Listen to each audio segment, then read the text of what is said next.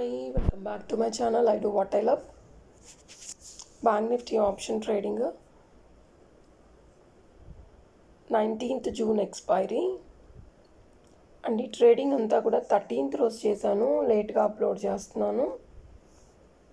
Already 13th రోజు ఒక video upload అయిపోయింది. ఇది లేట్గా అప్లోడ్ చేశాను. So 49,600 put and 50,200 call. So ఈరోజు చాలా ట్రేడింగ్స్ చేశాను అనమాట.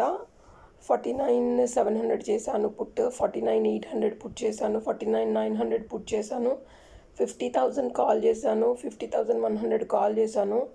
సో 50,100 కాల్లో 900 లాస్ వచ్చింది. అండ్ మిగతా అన్నిట్లో 300 20 పాయింట్స్ ట్రేడ్కి ఒక్కొక్క లాటే చేశాను అనమాట. సారీ, 2 లాట్స్ ట్రేడ్ చేశాను. సో అలా మార్కెట్ క్లారిటీ లేదు అండ్ దట్ టూ డాన్సింగ్లో ఉంది. మూమెంట్ ఎక్కువ లేదు కాబట్టి తక్కువ లాట్స్తో ట్రేడింగ్ ఎక్కువ చేశాను అనమాట. చాలా రిపీట్ మల్టిపుల్ టైమ్స్ ఎంట్రీస్ తీసుకున్నాను. సో దానివల్ల ఓవరాల్గా అన్నీ కలిసి 12 ఎంట్రీస్ అయినాయి అనమాట. 12 ఎంట్రీస్లో ఇప్పుడు మీరు చూస్తున్నారు కదా, 50,200 కాల్ అండ్ 49,600 పుట్. సో ఈ లాస్ పోయి కూడా ఈ లాస్ డిడక్ట్ అయినాక కూడా 13,044 రూపీస్ ప్రాఫిట్ వచ్చిందనమాట. ఓవరాల్గా మీరు చూడండి మార్కెట్ ఎండింగ్ వీడియో ఎండింగ్ వరకు. సో హెడ్జింగ్ లేకుండా మనం చేసామంటే ఇలా మైనస్లో కనిపిస్తూ ఉంటాయి అన్నమాట. మనం తీసుకున్న స్ట్రైక్ ప్రైస్లు అన్నీ తగ్గిపోతూ ఉంటాయి. అందుకని hedging must. But market momentum లేనప్పుడు హెడ్జింగ్ కూడా మంచిది కాదు చేయటము. యాక్చువల్గా మనము ట్రేడ్ చేయకుండా ఉండడమే మంచిది మార్కెట్ మూమెంటం లేనప్పుడు. ఐడియా ఉన్నవాళ్ళు, కెపబిలిటీ ఉన్నవాళ్ళు చేయగలుగుతాము, లాసెస్ భరించగలుగుతాము, ఓకే 4,000, 2,500 లాస్ ఓకే అనుకొని దిగే వాళ్ళు, ఇంట్రెస్ట్ తీసుకునే వాళ్ళు చేయొచ్చు.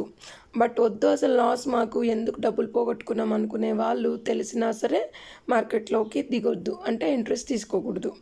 సో తెలిసి తీసుకునే వాళ్ళు, లాసెస్ బేర్ చేసేవాళ్ళు, మళ్ళీ లాసెస్ కవర్ చేసుకోవచ్చు అని కెపబిలిటీ ఉన్న వాళ్ళు మాత్రమే కాషియస్గా చేయాలి.